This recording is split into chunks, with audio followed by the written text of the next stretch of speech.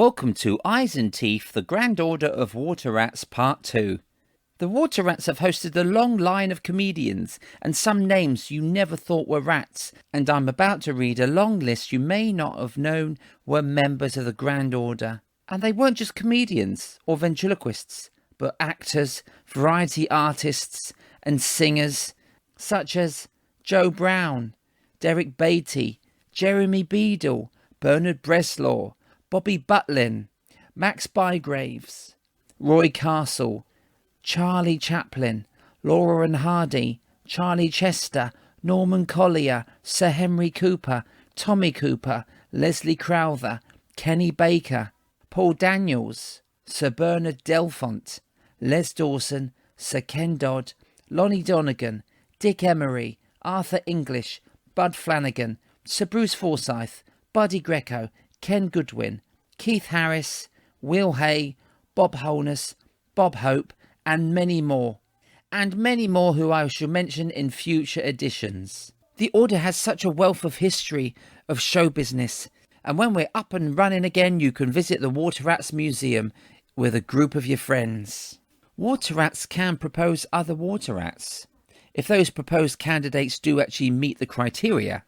The only Water Rat I've proposed is Jimmy Osmond, and what a proud moment that was. Every brother rat have proved throughout their careers they are good people with heart and have hard-working skills within the business. We're here to give back. We enjoy giving back. I became aware of Bob the Cat Bevan upon joining the Water Rats in 2014. We'd never worked together, but we'd see each other at loads of events. I thought, who is this funny man? He always delivered great lines in Lodge, always made the room fill with laughter, and upon researching him, I discovered why he was so highly respected as a comedian, as a host, and why he truly deserves an MBE. Today on Eyes and Teeth, the Water Rats Part 2, we talk about Charlie Chester, John Major, Roger de Courcy, His Royal Highness Prince Phillip, Charlie Smithers, Australia, the council culture, and on why Bob Bevan became the cat. Welcome to Eyes and Teeth, Bob Bevan. I'd like to welcome to Eyes and Teeth a very special guest. Sir Harry Seacombe said the man is magic. Sir Bobby Robson said of Bob the Cat Bevan, he is the funniest speaker of football I have heard in all my experience. Now, my experience, Steve Hewlett ventriloquist, is zilch within football, but I'm about to learn a lot. Good morning, Bob. Good morning, Steve. How are you doing? Hello, sir. I'm very well. Can I ask you, where did the cat come from? And who let the cat out of the bag? It comes from my goalkeeping. I'm an absolute football fanatic. And I played on the field for most of my amateur football career. You know, I wasn't a very good player, but I loved it. Then in my 20s, later 20s, I went in goal. And they started calling me the cat. Now, the name of the cat is given to a really good goalkeeper who is remarkably slim and lithe and amazingly agile with astonishing cat-like reactions. And in my case, it's heavy with irony. Okay. And I'm called the cat because I give my defence kittens. That was one of the lines. And when I started speaking at dinners, you know, this was my trademark, really, or my stage name, if you like. Yes. You know, having a career in marketing and PR, I gave myself a bit of a handle that people would remember. And when I first started, you know, doing the entertaining, it was a lot of it was about football, but now, although that's still a link, yes, it's broadened into many other areas, including straight comedy, really. Because if you do a gig and they don't laugh at your best football gag, then you really need to move into other areas. So yeah, that's true. I've spoke to quite a few comedians that started off as footballers, and they said they weren't very good footballers, but they're very, very good comedians. And so it's kind of gone that way, hasn't it? It's yeah, well, because Bradley Walsh was a good footballer. Yes. Played professionally, but he's having a great career. It just seems to be getting better almost daily. But that's great. He's a great bloke.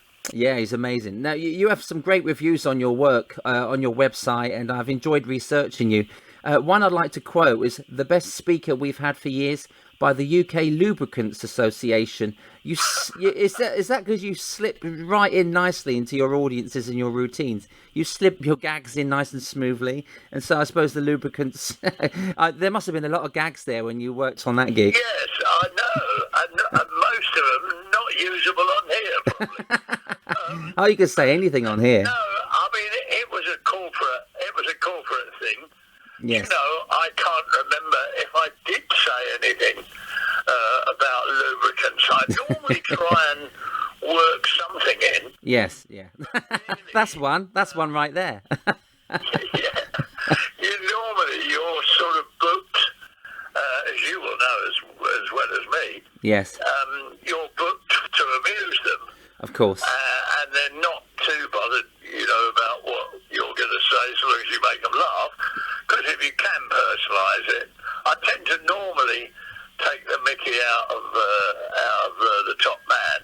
Yeah, the CEOs, they love that, don't they? But sometimes you do have to tread carefully, don't you? Yeah. And but the corporate work doesn't seem quite so plentiful at the moment. No. Which is probably not least because a lot of the entertaining they used to do, you can't offset against tax anymore.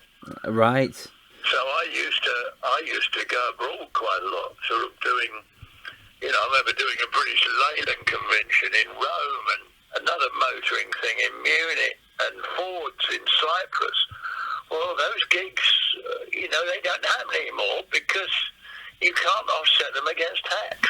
Oh, okay. And we're locked down, that doesn't help either. Doesn't help. You can't go anywhere, can you? I remember doing a couple of corporates. I flew to Amsterdam to do a couple, and I just loved it. I went into the city and I'd done something within the conference, and then they say, well, we're going to be in a cabaret venue later. We're going to have dinner, but we'd like you to be the entertainment as well. So not only did I write personalised stuff for corporates, I went and done my spot as well and had a great night in Amsterdam. So you do get to see a bit of the world. It's very nice to travel at other people's expense. Yeah, yes. When I had a proper job, I was in the travel business in various guises, and Okay. find it very hard to write a check for an air ticket now. Yes. Where did you first discover that you can make people laugh, Bob? Where did Bob the cat get discovered? Well, I think the cat came only when I was, going professional. Okay. I think I've been thinking a bit about it. Now I was going to do it. Very early days, I was an only child, but quite happy in my own company. I wasn't lonely or anything. Yeah. But I remember as a kid listening to a radio program before we had television with Charlie Chester. Okay. Who, of course, was one of our brother Water rats. Lovely. Charlie had I expect we called it the Light program in those days. Yes. What is now Radio 2 or Radio 1 or whatever. It's Radio 4, I think, yeah. Anyway, I was fascinated by this. This is when I was only about 7 or 8. I can't quite remember the circumstances, but I ended up standing up in front of the class and reciting bits of this show. Nice. And so obviously I had a feel for making people laugh, perhaps without realising it at the time. Yeah. And I do remember, obviously I went on a bit long, which has not changed. And I remember the teacher, I still remember her name, Mrs. Tanner. I'm going back a bit. I mean, the blackboard was on a wooden frame. Was it made of rock? Not sort of fixed in the wall like it would be now if they still had blackboards. Right, yeah. But it was on a wooden frame held up by 2 pegs with holes. And I remember Mrs. Tanner, because all the family called me Robert. I wasn't really Bob as a kid. I was always Robert. Yeah. And I remember Mrs. Tanner, in order to get me off, leaning over and said, I think we'll turn the radio off now, Robert. And turning one of the pegs as if it was a volume control. So I think my very first appearance, I got the hook. They say in the business, people who are not aware of the business. Age 7, yeah. If someone was not going down well on the music hall, they around his neck and pull him off. And so I think I got the hook. But you got the peg. So I think in that very early days, I liked. Hard to believe, many years later, I did a St George's Day lunch in the Grosvenor House. Wow. And sat next to Charlie Chester. Oh, what a story. Amazing, really. I don't think I even told him about that. Oh, yeah, that's an amazing turnaround, that, Bob. Really nice. But it wasn't, that's not really where it started, but I was always mucking about and telling people jokes and things as a kid. Yes. Then I thought, if you fast forward to when I was 21, okay, 22 actually. Yes. By this time I was a journalist on a travel magazine. I was playing football when I wasn't travelling. And I used to write the football club newsletter, taking mickey out of people. And I was playing for my old boys club, old boys at Wilson's Grammar School at Camberwell, where Michael Caine went. Okay. A lot of people know that. They do now. Long before me. He's so much older than me, of course. And so they said, you write this jokey newsletter, you better come and speak at the old boys' dinner. And there was an actor there. I went down well, and an actor who was there said, "You've got good timing." And I didn't really realise what he was talking about then. Okay. As a result of that, I got asked to do other things. Ice and teeth. I love that transition from writing about football and making fun, and then being asked to go up there and do it. That's brilliant. Yeah. And, there were other sort of amusing blokes in the club. Yes. One in particular, and so the next year they asked him, and he was absolutely terrible. It doesn't always translate. No. Obviously, for me, it worked, but that was 67, and I then sort of carried on. I ended up as head of PR for a major PLC, and was doing pretty well, really. Yeah. But going and doing football club, amateur and old boy football club dinners. Right. Just because I was a bloke who seemed to make people laugh. Yeah. Then I did a dinner for Lloyd's Bank in 1976, and I remember a guy phoning me saying, "Would you come and do Lloyd's Bank Football Club dinner?" And I said, "Yeah, fine." And I said, I presume I'll be on last, because normally, you put the funny man on at the end. After dinner, yeah. And the bloke said, "Oh, no, you'll be going first." And so I said, "Well, okay, it's up to you. I don't mind, really. But normally I go last." Yeah. And then he said, "Oh, no," he said, "we have a professional to do that." So anyway, when I stood up to speak, I majored on this bloke rather pompously, saying, "Oh, no, we have a professional." And what I didn't intentionally do, but because this old boy came on, who's definitely no longer with us, I can mention, he was called Major Bob Gray. Right. He used to do a bit of a stag act. Okay. And anyway, I'm afraid he died a bit of a death. And Wow. he was a very nice chap, and he came up to me afterwards and said, "You're very good, you could earn a few quid doing this." And I said, "Well, it's really kind of you." I said, and I didn't mean to be rude to him, but I said, I have quite a busy job. And I said, my Saturday nights are worth a bit more than 20 quid to me, you see. Yeah, of course. I didn't mean to be disparaging, but he sort of said, "Oh, well, please yourself." But it was very, very nice of him to say that. No, it was nice. Anyway, when I went back downstairs, this chap who booked me said, "Oh, I'm sorry about that." He said, "I wish I'd known, we'd have paid you the 80 quid. And I said, "Oh, blimey, 80 quid? That's not bad. I mean, bearing in mind this is 1976. Yes. And so for the next 4 years, I tried to get into it professionally. And through a friend of mine who was editor of the Today programme on BBC Radio 4 at the time, he put me in touch with an agent called Dabba Davis, who may be still around. Anyway, I recorded myself at a Bank of England football club dinner and I never got a booking from him. I don't know if he ever listened to it. And I wrote to him several times, but he never booked me. Years later, when I won the Benedictine After Dinner Speaker of the Year award, he was on my table. And he said, I better get you some bookings now then.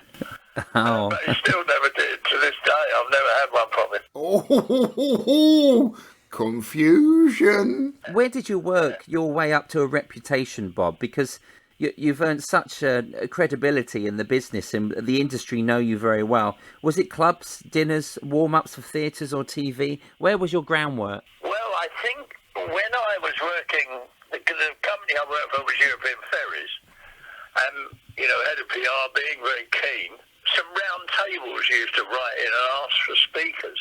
Okay. And so I went and did one or two. Not for money, I just saw it as part of my job, really, to spread the word, because the Townsend Torrison name was quite new. We were quite a small company, but we grew fantastically well. During 14 years, I organised 16 ship launchings, which shows just how much we grew. Wow. Although, unfortunately, after I'd left, the Zebra disaster finished the name, of course. But I went to do these round table dinners. Well, round tablers in those days, I think it's the organisation dying away a bit now. Yes. They used to go to loads of dinners, sort of every fortnight. And so if you could make them laugh, I realised later you were doing quite well because they'd heard every gag that was going. Yeah. And so I think, without realising it, I cut my teeth there. But then out of the blue, I got booked for a dinner at Harlow Town, where I got 150 quid. Oh, it's going up. Yeah. And there is a funny story to be told about that. Because this bloke who booked me, and I ended up doing a few for him, he was always putting dinners on. But he used to put too many people on the bill. Right. I think he was worried that if he had a death, at least he had someone to follow them. Yeah. And he booked me for this. And the other speakers that night, or the other turns, however you want to call it, one was Ron Pickering, who became a very famous athletics commentator and also as an athletic coach. I mean, he used to coach Daley Thompson and people like that. So he was a speaker. He was on the BBC a lot. Right. John Pratt, who played football for Tottenham, who I'm still friendly with, and a guy called Mike Felix, who was a drummer in a group called the McGill Five. Okay. And they had one hit, which was called Mockingbird Hill. And he was a comedian and an actor, and he was on. And the bloke who booked me said I wasn't to tell the others that I was being paid. And so I was very anxious not to break the confidence. And so this bloke slipped me the brown envelope with 150 quid in. So this was my first ever fee, and I'd been trying for 4 years to get a fee. So I scuttled into the toilet and shut myself in a cubicle. I've done this. Not that I needed to go. Yeah. I just wanted to Count look it. at my first ever fee, Oh. literally count it, and just go, yes, I made it. I've been paid to be a comedian. As I was standing in there, I heard the door outside go, and a bloke outside said, "Is that you in there, Cat?" And I thought, how did he know that? Is it door glass? And I said rather weakly, yes. He said, "You counting your money?" I thought, blimey, this door must be glass.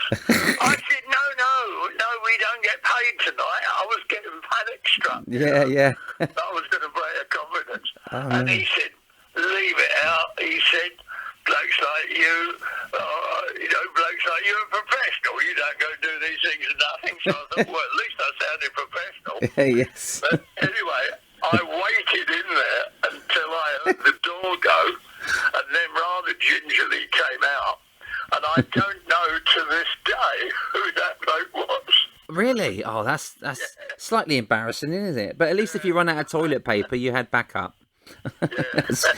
Oh, wow. Anyway, years later, I told all three of them that I'd been paid. And I think all of them had as well, to be honest. Yeah, well, it's kind of an awkward situation. I've had that before, on a couple of occasions, and it's slightly embarrassing because you feel for the other acts. Do I share my fee, or do I just go to the toilet and count it? So, no, I did declare it in case we got a tax man listening. yes, of course. Eyes and teeth. As an after-dinner speaker, though, you have to own your audience, don't you? And you have to have confidence, because the moment you let that slip, then it can start being a tough crowd. But you're so comfortable with your material, aren't you? And then to be confident with your surroundings. Well, most of the time. I mean, everyone has a death, don't they? But yeah. from time to time, but which is pretty unpleasant. But Sure.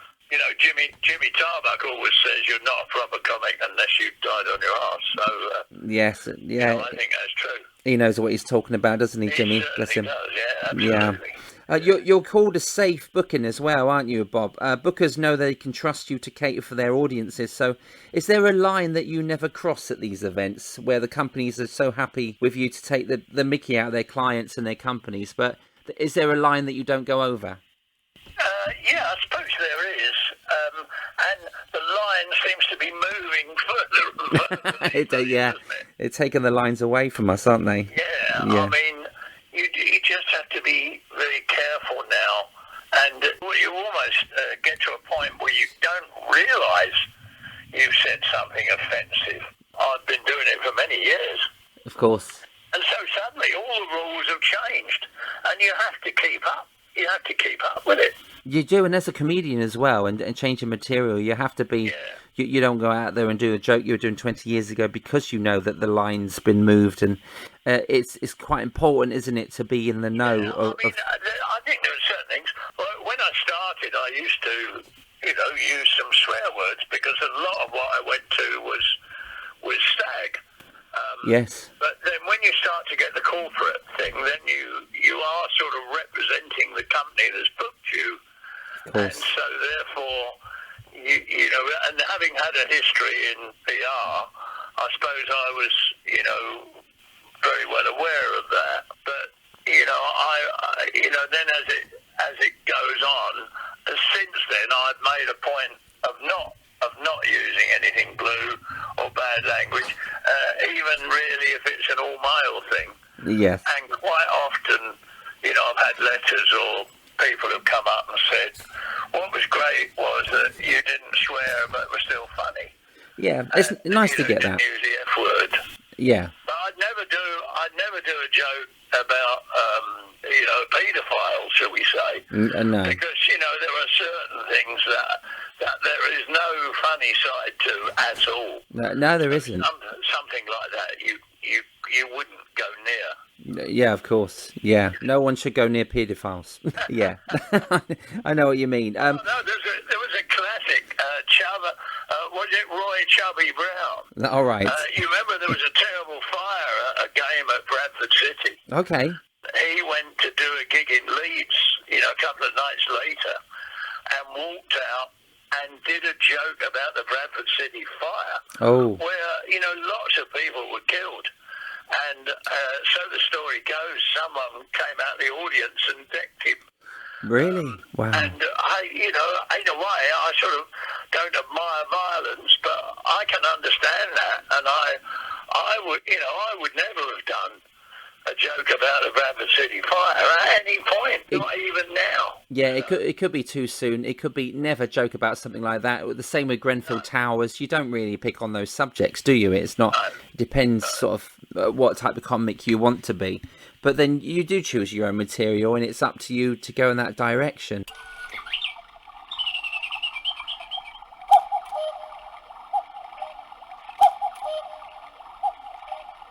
with what you do, you've done TV and radio presenting, have interviewed some of the top-class sports stars, such as Bobby Robson, Alex Ferguson. Have you done Eddie the Eagle? Can I put him there?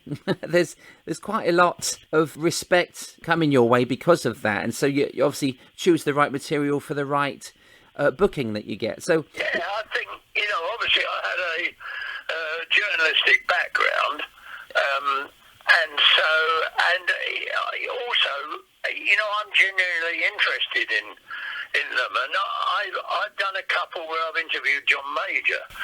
right. And the first time, I think he was a bit worried about what I was going to do. Yes. And I had a chat with him on the phone. I had met him a few times because we've got a connection through cricket. He was Okay. very involved with Surrey. Of course. And as you know, I was president of Kent for a year. And when I spoke to him on the phone, he said, I'm not too sure about this. Maybe I'll just speak. And I said, well, it's your call. I've just been asked to interview you at this charity thing because you've been travelling and they thought it would save you having to prepare something. Yes. And I said, I have written some questions down. And he said, well, tell me what you were thinking of asking me then. And so I told him a few of the things I was going to ask him. And, they included things like, what's it like to send young men off to war? And I think he saw me in a different light. He'd only seen me as a bit of a jokey character. Okay, right. And he said, oh, no, well, that's fine. Oh, well, let's do it. And we ended up doing another one as well later on. And although we did have some laughs too, also I've written for people like William Hague, so, I have an interest in politics. Yeah, you understand them as well. Yeah, the thing with Alex Ferguson, Yes. I wanted to know, how his parents, did his parents ever see what he'd achieved as the most successful football manager of all time? Okay, yeah. And Interesting. I think I got him a little bit, I didn't make him cry, but I think touched he a might nerve. have had a tear in his eye Yeah. when we got onto his parents, because I'm not sure, most people ask him that thing. But It's nice to come up with something, yeah. I've sort of become quite friendly with him anyway. And so I was, he's a really nice guy. He's one of these people, if he likes you, you're in. Yes, and, yeah. he'd do anything for you. And so I liked him a lot as well. And I think that, and still do. Yeah, I he think didn't throw any football boots at you.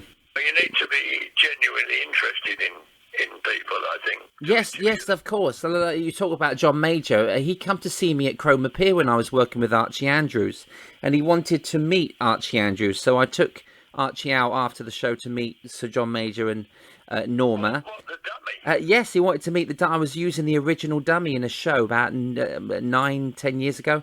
And he was so interested, and he was a lovely man, really interested in. Oh, he's a delightful bloke. Because his father was in the music hall, wasn't he? He loves a laugh. Yes. He's totally different from how people perceive him.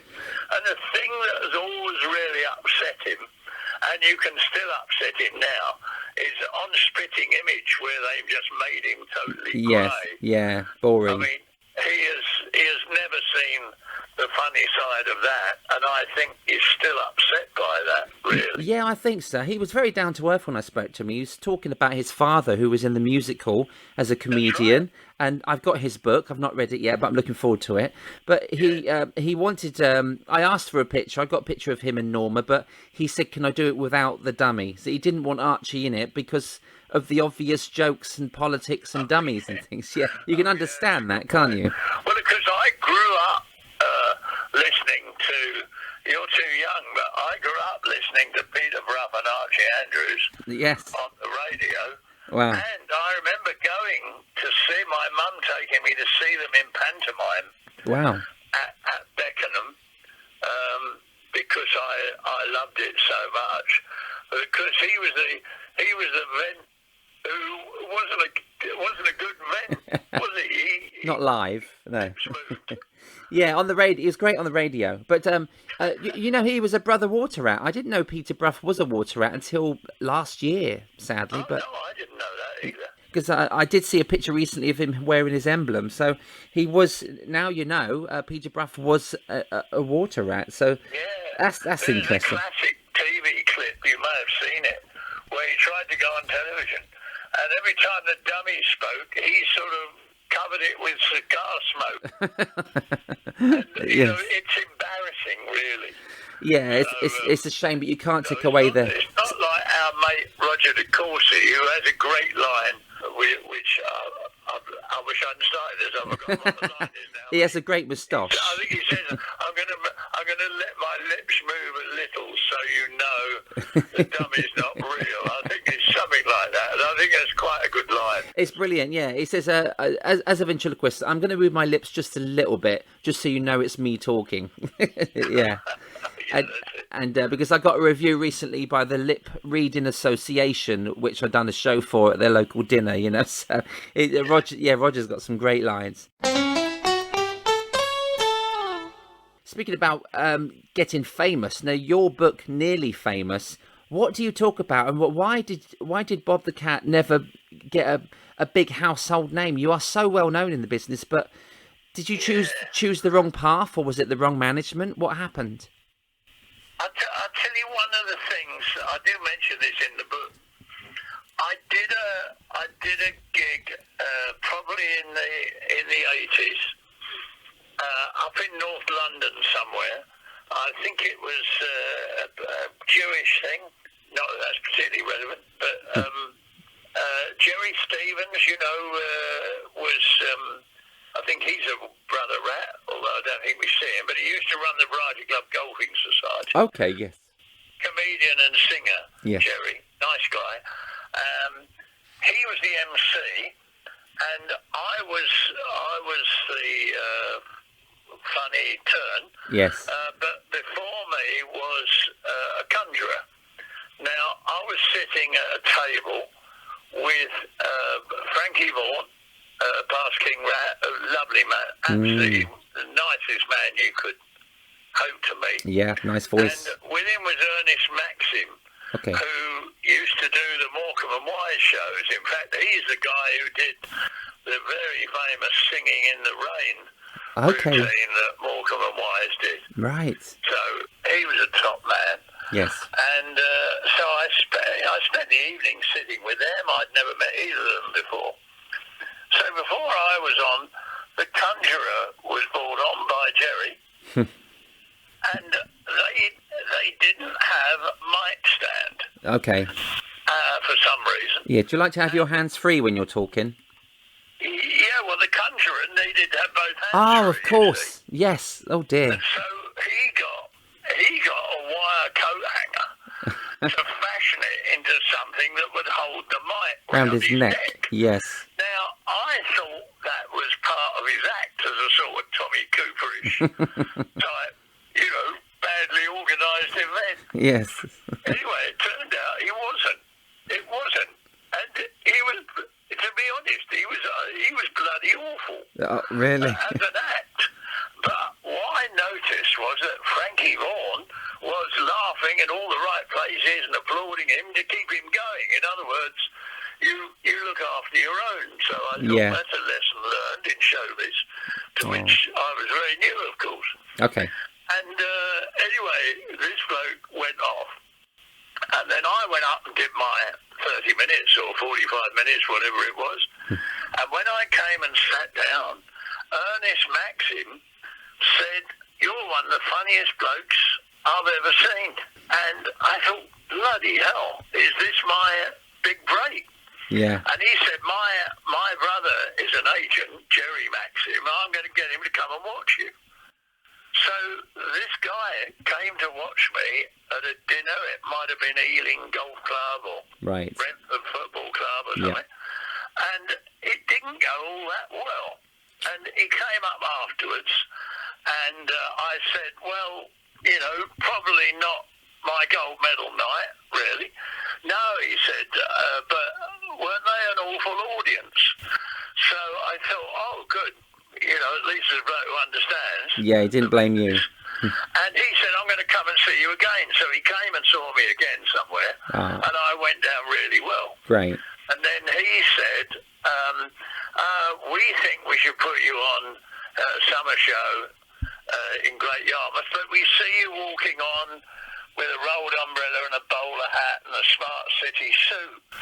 I didn't see that at all. No. And I got some advice from an agent mate of mine, Alan Field, and also script writers, Lawrence Marks and Maurice Grant, who I'm still very friendly with, and said, what do you think? And they said, I'm not sure what they're talking about.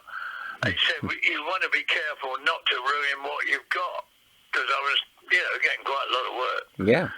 And so they took me to watch Tarby in Blazers at Watford, a nightclub in Watford. Nice.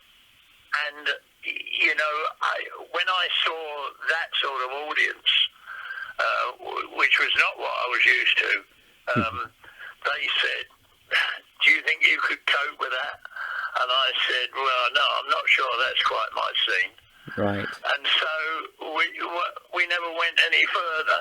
I think now I'd be very happy to walk out on a stage and do my stuff. Mm-hmm. But at that time, so, it doesn't keep me awake at night, but I do wonder whether I missed a great opportunity. Yes.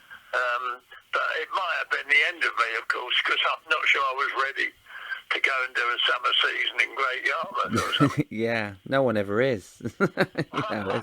My first professional season was doing holiday parks around Great Yarmouth when I was 22. So I started in Great Yarmouth, funny enough, and loads of holiday parks, and that's how I... being rude about Great Yarmouth.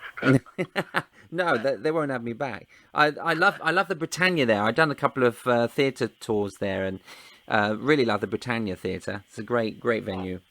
Had a lot of good seasons there.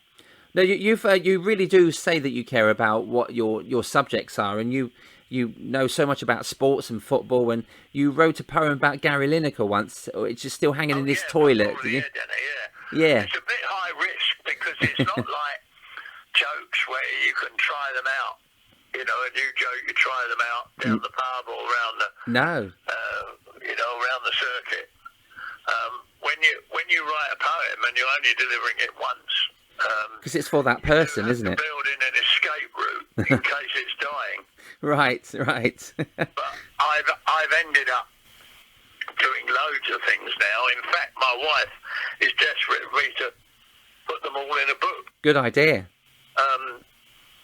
Because they're not all for famous people. No. But, I did something for William Hague where I wrote a poem about David Blunkett's guide dog. So that might sound as though I'm straying near an area where perhaps I should. But when he became Foreign Secretary, maybe it wouldn't have been quite right. Can I last night I wrote my own Gary Lineker poem. It's very short. Can I tell you mine? Go on then.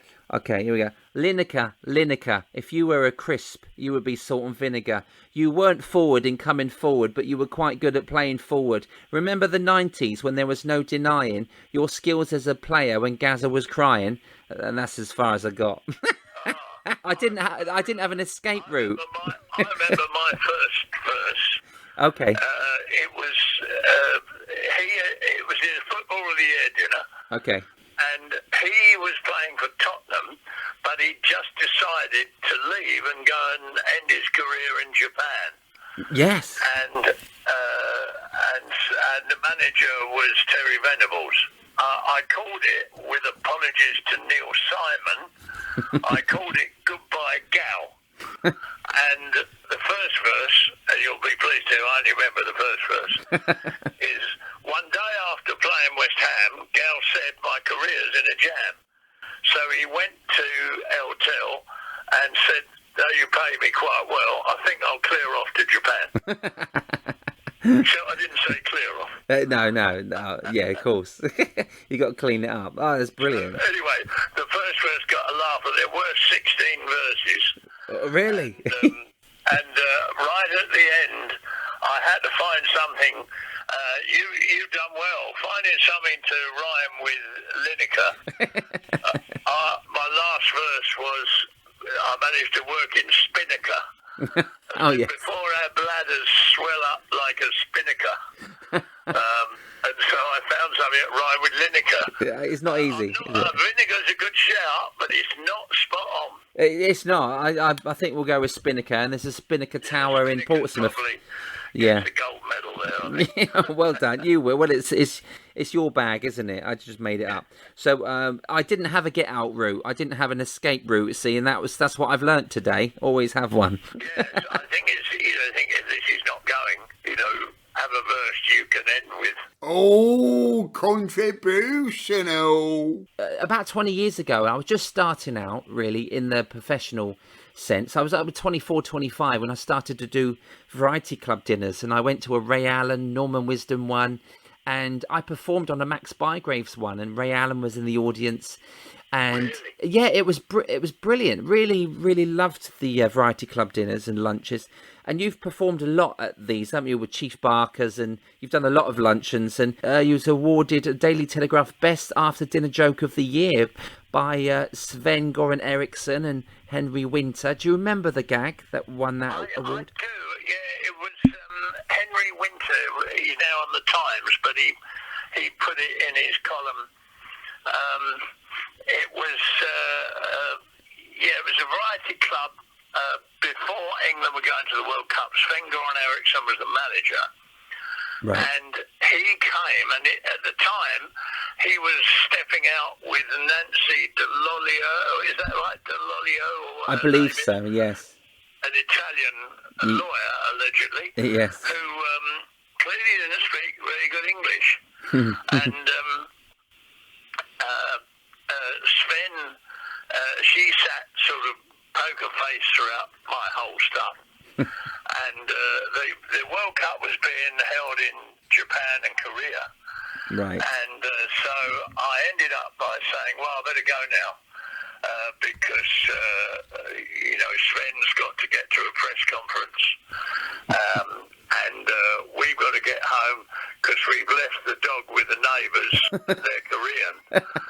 So, probably, I don't know if you'll be allowed to say that now. As a racist, I suppose it's racist. But what is a racist now? I know. Anyway, that was a gag. Yeah. And that was the only time Sven laughed. And because he was desperate to get away to a press conference, so the timing of the event wasn't great. And he laughed and then leant over to Nancy and told her, and then she laughed. Oh, he translated it. So anyway, the next thing we know, it's in the Telegraph. So, but now, who knows? Would they put it in now? Maybe they wouldn't. I know. It's a good line. I mean, I'm worried about taking the mickey out of Scotsman. Yes. It's all banter, isn't it? That's the trouble. Yeah, I know. Yeah. Borman said people are losing the ability to laugh at themselves. It's a shame, isn't it? It's a shame. We should laugh at ourselves. I mean, particularly in a sports dressing room. Yes. It's all banter. That's what we do, really. We pull each other's legs. I know. It's like being in the Water Rats as well, though, isn't it? When you're in that lodge, and you're so funny in lodge, it's lovely when you turn up, Bob, because we know the banter's going to be top notch with you and Dougie Brown and Richard Gauntlet. It's just the banter that goes backwards and forwards, and no one's heart is broken. We can accept. And I've had it directed at me from King Rat or Ian Richards, and I love it. I love being the attention of a punchline. It's brilliant. So you do need to learn to laugh at yourself a lot more, I think, these days, and people lose the ability. It's also true to say that you don't pull the leg of people you don't like, do you? No, you don't. No. I mean, when I first met my wife, because I can drive her mad occasionally, and sometimes I cross the line probably, but she's, I had to tell her at the outset, really. Well, listen, you don't tease people you don't like, Yes, it's true. It is, and you can tell that I watched your brilliant tribute last night to Ronnie Corbett on YouTube at the Variety Club lunch, and it is all about banter. But they're more like comedy roasts, aren't they? Because you are roasting your subject, but you can tell that you like Ronnie, and you can tell Ronnie likes you, because you wouldn't do that material. And I think you said I've written a poem about you, but it's very true to life. It's very short, this poem, so that's just one line, but it's so brilliantly done. And the audience is so behind you, and it's just so nice that you get to do those sort of dinners, you know. And are they some of your favourite lunches that you get to do? Yeah, well, I think the other thing is Ian Waldridge in the Daily Mail. He once wrote, and this is a bit of luck, really. He said he wrote about me and said he says the most awful things about people without apparently causing any offence.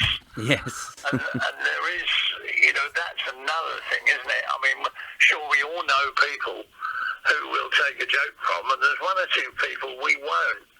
And the hairs stand out the back of the neck. I think you're quite lucky if you can get away with Mickey taking. You do, I don't mean the Duke of Edinburgh particularly.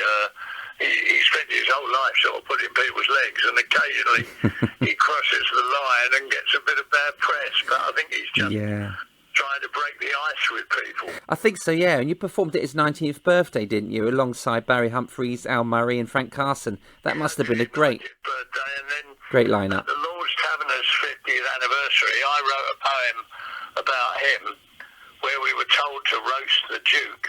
Yes. And I thought, well, that's a bit risky, but anyway, I did it. Everyone else chickened out, the other speakers, but I did something sort of teasing him for never recognising me. Yes. Not that he should recognise me. And then 10 years later, I did a sequel where by now I was his best mate.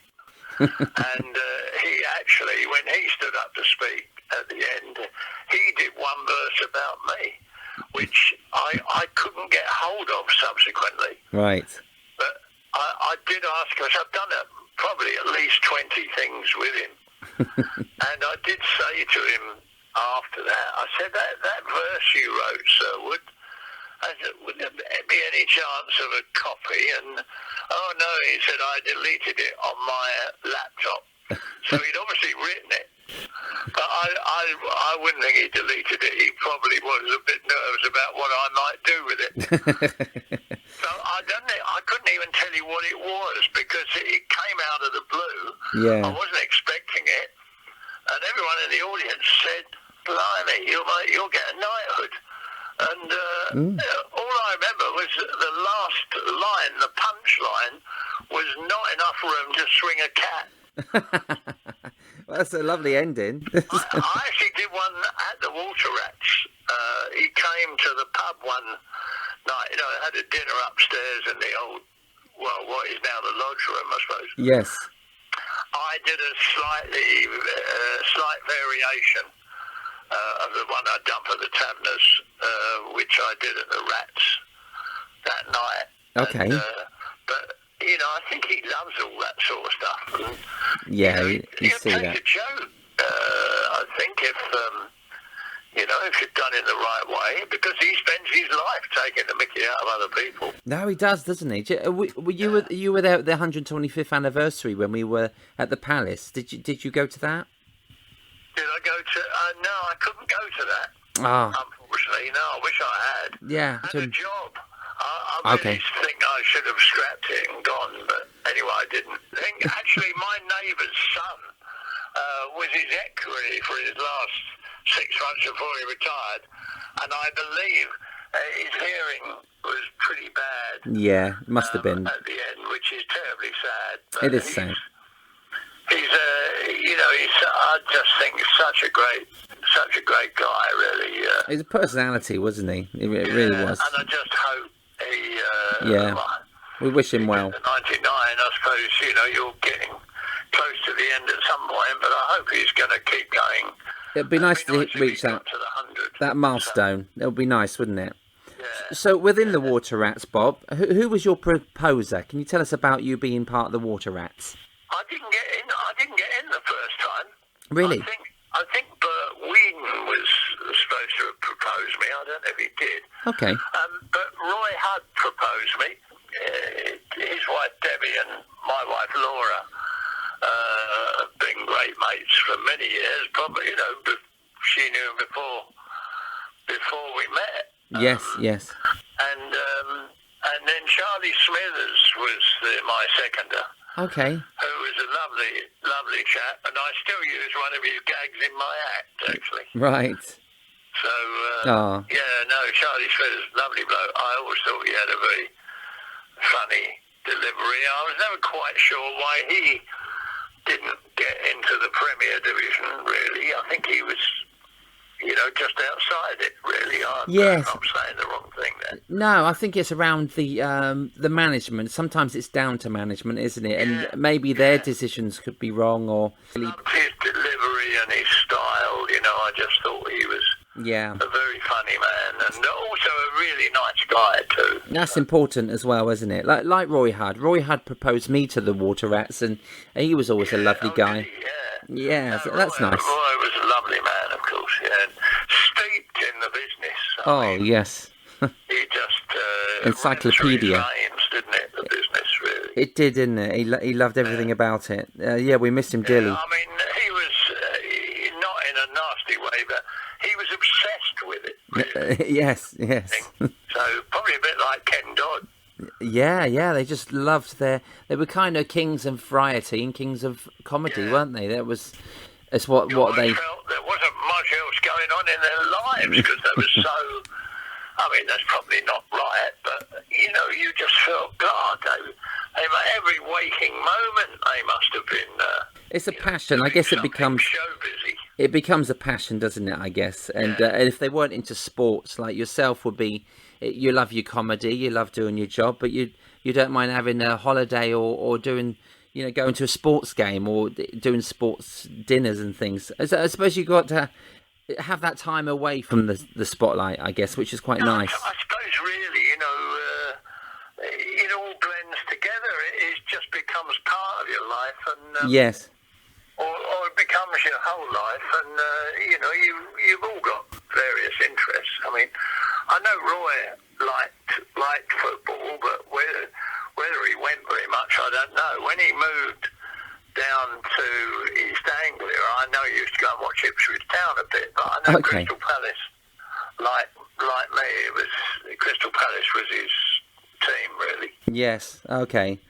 Yeah. He had a lovely home there in Suffolk. I went there once. And the last time I saw Ken Dodd was actually on his 90th birthday. I've got a lovely picture of myself with Jimmy Cricket and May, my wife Nina. I was there with you. And there's a lovely picture of you in the picture. I didn't do a turn, no. You said a few words, but... I did, yeah. Jimmy Cricket was brilliant that day, wasn't he? And Bernie Clifton, I think, said something, and... Yeah, I'm gutted you never got up, actually. That would have been a lovely bonus. Yeah, well, there were a lot of people speaking. They didn't get down to the B's, I don't think. No, but it was a wonderful afternoon, wasn't it? Nice to see Ken. It was the last time I saw him. And he came out with a great line because Laura is always very suntanned. And he took one look at her because he'd spoken to her on the phone, but he'd never met her. And I said, Ken, this is Laura. And he said, my word, Hovis on legs. And I thought, for 90, that's pretty good going. That's brilliant. He did a lovely speech, actually, a really lovely speech. It was good, yeah. Bob, you're a favourite, just before we go, you're a favourite down under as well. How did you build up your reputation? I'm very lucky working down there. And, fantastic audiences. Just love it. Aren't they great? Whether we'll ever get there again. I've got a gig booked in January at Surfers Paradise, but I don't think we're going to be going, really. Really? Next January, 22? Yeah, well, it's all around the Ashes, and I'm not sure the Ashes is going to happen. Okay. And I had an email only today from a chap called Rob Bransgrove, who's chairman of Hampshire Cricket, and we were just talking about going there, but, they've fixed the dates of the test matches, but I'm not sure they're not going to change them. It's very hard to make any plans about anything at the moment. Oh, it is, isn't it? It's very up in the air. Oh, bless. It's a long way to go and quite expensive, but I was out there in 2018. I went out specially to do a whole load of gigs around the Aussie Rules final. Oh, lovely. And so that's the last time I went, sadly. But who knows whether we'll go again. Yeah, fingers crossed. One of my favourite audiences on cruise ships was a whole Australian audience, and they were incredible. So I'd love to go out there one day and do a little tour or something. No, they are. If it ever comes back. And talking earlier as we were about taking the mickey. I mean, they love anyone who takes the mick and who can take it when they give it back, because they do give the Poms plenty of stick. Yeah, they do, especially when cricket or rugby's involved. Yeah, particularly cricket, yeah. Yeah. But I just love the Australians. I think they have a great attitude to life. We've got some relatives out there as well. Oh, nice. That all helps. Yeah, I have now. My brother-in-law lives out there, down in Manly, near Sydney, right. Yeah.